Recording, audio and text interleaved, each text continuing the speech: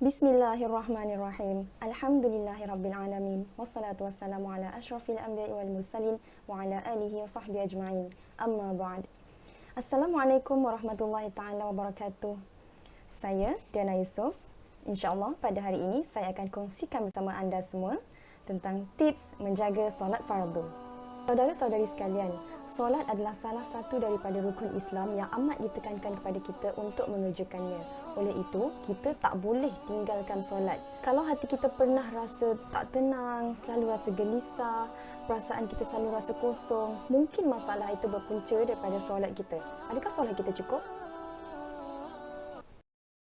Baiklah, tips yang pertama adalah niat. Sebelum kita nak buat apa-apa perubahan, yang pertama sekali kita kena niat dalam diri kita yang kita nak berubah. Oleh itu, kita kena ubah mindset kita.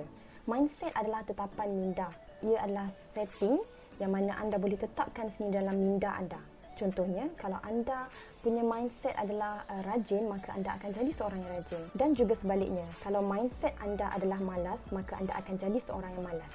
Oleh itu, kita kena ubah dulu mindset kita yang kita akan rajin solat. Dengan cara ini, insya-Allah kita boleh mula buat perubahan. Baiklah, tips yang kedua ialah solat selepas mendengar azan, iaitu solat pada awal waktu. Allah Subhanahu Wa Taala berfirman, celaka bagi orang-orang yang mendirikan solat yang mana mereka mendirikannya secara lalai. Berkenaan dengan ayat ini, Imam Shadiq alaihi salam ditanya dan beliau menjawab, yang dimaksud dalam ayat ini adalah orang-orang yang melalaikan solatnya dan ia tidak mendirikan solatnya di awal waktu tanpa ada sebarang halangan, iaitu uzur. Surah Al-Ma'un ayat 3 hingga 4. Jadi, solat di awal waktu akan buatkan kita jadi seorang yang lebih berdisiplin.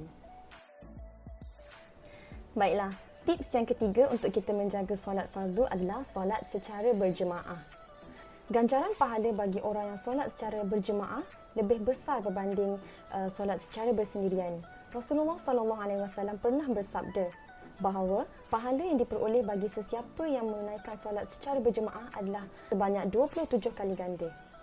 Oleh itu, saya amat sarankan kepada anda semua untuk solat secara berjemaah.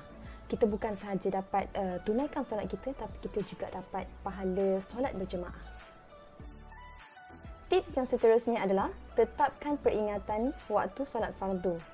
Zaman sekarang ni, banyak sangat aplikasi yang kita boleh jumpa dekat Apple Store atau Google Store yang boleh tolong kita, boleh bantu kita untuk ingat waktu solat dan boleh munculkan notification bagi tahu sekarang adalah dah masuk waktu solat tu. Dengan cara ini, lepas kita tahu dah masuk waktu solat, kita boleh cepat-cepat bersiap untuk menunaikan solat tersebut. Dan dalam aplikasi itu juga, contohnya saya pakai Muslim Pro. Dalam tu ada tracking yang mana kita boleh buat checklist sama ada kita dah solat atau belum. Dengan cara ni kita boleh jadi lebih rajin untuk tunaikan solat, sebab lepas dah solat kita terus tick yang kita dah solat.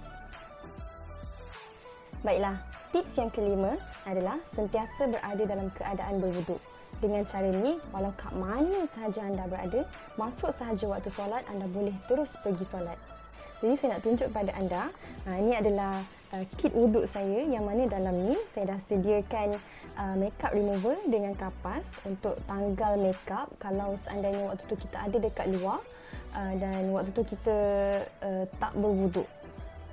Jadi kita tak akan malas nak pergi solat walaupun dekat luar sebab kita dah get ready, dah prepare yang kita nak ambil wuduk untuk solat. Sebab kita kena tanggalkan makeup kita kena tanggalkan sunscreen sebelum kita ambil wuduk. Kalau tak sah. Selain itu, dalam kit wuduk tu juga saya akan sediakan sunscreen, bedak dan juga lipstick untuk kita pakai selepas kita dah solat. Jadi, berwuduk ni banyak manfaat yang kita boleh dapat. Wuduk merupakan sebahagian daripada iman. Wuduk yang sempurna akan bantu menghapus dosa dan mengangkat darjat manusia serta memberi cahaya kepada kita di akhirat nanti. Jadi kita boleh amalkan sikap untuk sentiasa jaga wuduk kita di mana saja, walaupun di rumah atau di luar. Baiklah, tips yang terakhir daripada saya adalah kita amalkan doa untuk beristiqamah. Rasulullah SAW sendiri sentiasa memohon kepada Allah Subhanahu Wa Taala agar diteguhkan hatinya dalam melaksanakan ibadah dan sentiasa taat kepada Allah kerana hidayah adalah milik Allah.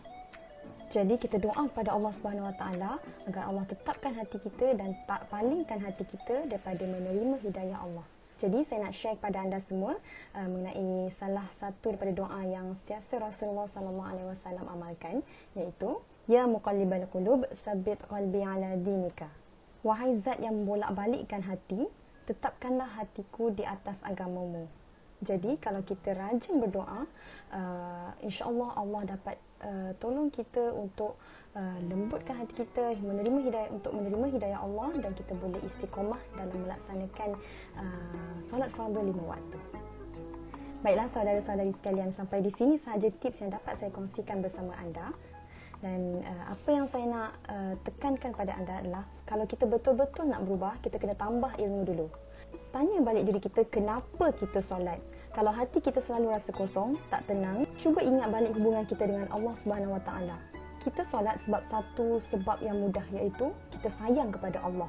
Bila kita ada rasa sayang kepada Allah, semuanya akan jadi mudah.